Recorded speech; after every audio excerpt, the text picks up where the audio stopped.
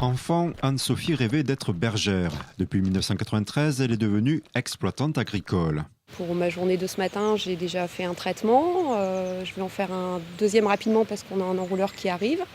Ensuite, j'ai 2 camions de pommes de terre à charger. Fille d'agriculteur, d'après Anne-Sophie, les femmes ont toujours été présentes dans les exploitations.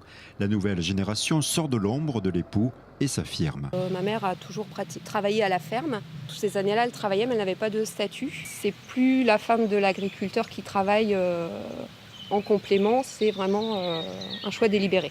Un choix et une vision différente de la relation au travail. Je pense qu'on est plus à l'écoute.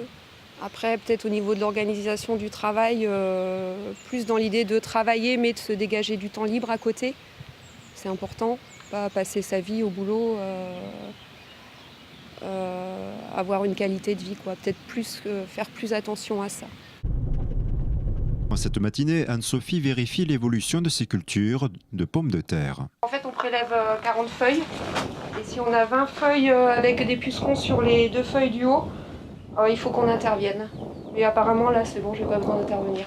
Dans le village, elle est la seule femme à la tête d'une exploitation agricole, un choix assumé, telle une évidence. La liberté, le fait de ne pas être enfermé, de gérer sa structure comme on veut et d'être son propre patron.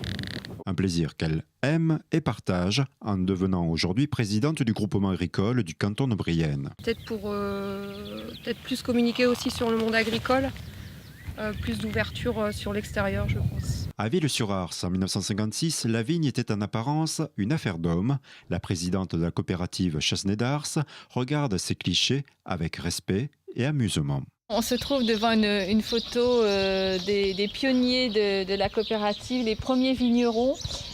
Alors ensuite, nous sommes en présence de la photo de mon grand-père et de ma grand-mère.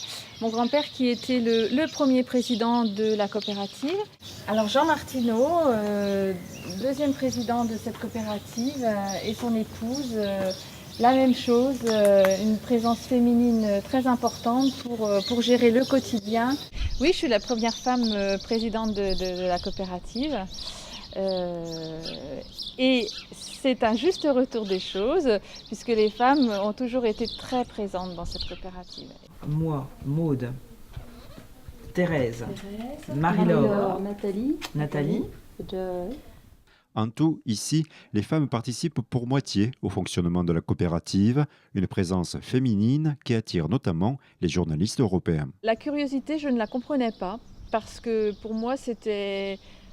Effectivement, je suis une femme, mais être un président aujourd'hui, c'est un rôle bien précis, ce sont des missions bien précises. Une mission de management, de représentation et de prise de décision, durant laquelle Sandrine s'appuie sur une qualité féminine, l'écoute. La prise de décision, elle intervient vraiment après beaucoup d'échanges, et ça, j'y tiens. C'est quelque chose qui est très important pour moi, d'écouter vraiment les différents avis et les différents conseils que l'on peut me donner. Mais je considère que l'homme et la femme sont très complémentaires et qu'on peut vraiment faire un très beau travail en apportant chacun ses qualités et ses caractéristiques. Et c'est vraiment comme ça qu'on travaille ici, donc ça fonctionne bien. Un autre regard sur le pouvoir et le contrôle.